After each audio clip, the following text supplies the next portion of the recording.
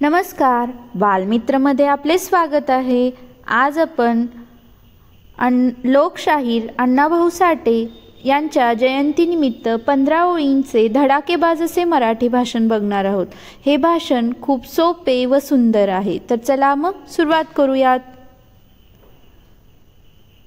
आदरणीय व्यासपीठ, प्रिय गुरुजन वर्ग आणि माझ्या बालमित्र मैत्रिणींनो, सर्वांना माझा नमस्कार। माझे नाव संतोष पाटील आहे आणि मी इयत्ता 3री मध्ये शिकतो।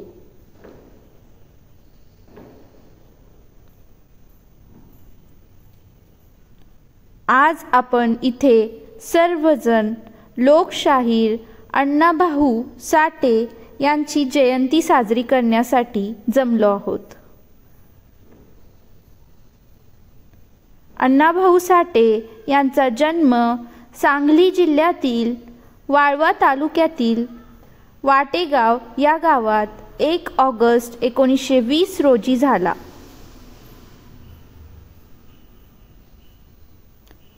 त्यांच्या वडिलांचे नाव भाऊराव साठे व आईचे नाव वाळूबाई साठे असे होते।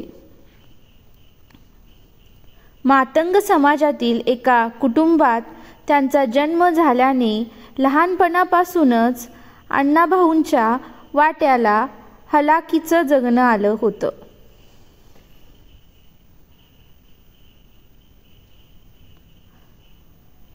अण्णाभाऊ साठे कधीच शाळेत गेले नाहीत, मात्र त्यांनी कुशाग्र अक्षरज्ञान प्राप्त केले।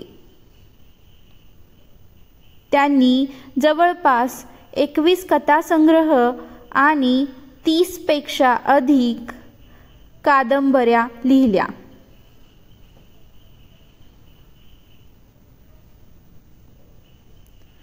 तसेच मराठी साहित्यातील लोकनाट्य, पोवाडे, लावणी, प्रवास वर्णने, कथा, कविता, गीते इत्यादी क्षेत्रात त्यांनी समृद्ध लेखन केले।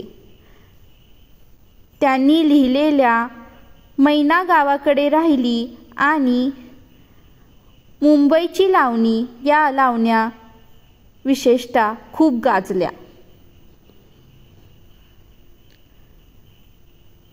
महाराष्ट्रापासून मुंबई वेगळी होऊ नये यासाठी त्यांनी मोठे योगदान दिले।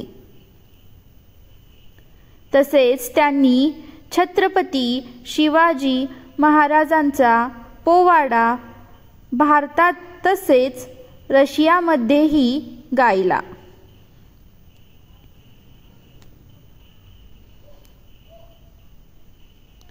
संयुक्त महाराष्ट्र चळवळ, गोवा मुक्ती संग्राम यामध्ये त्यांनी शाहिरीतून मोठे योगदान दिले। दिनांक 18 जुलै 1969 रोजी त्यांची प्राणज्योत मावळली।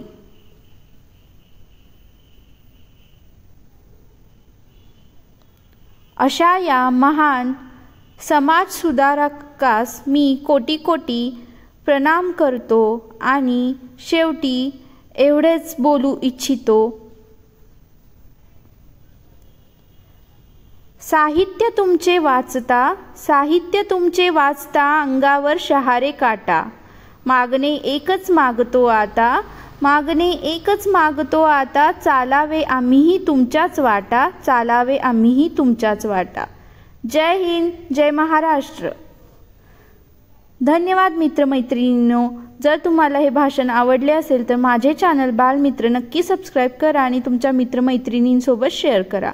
आपण पुन्हा भेटू अशाच नव्या व्हिडिओ सोबत। तोपर्यंत धन्यवाद।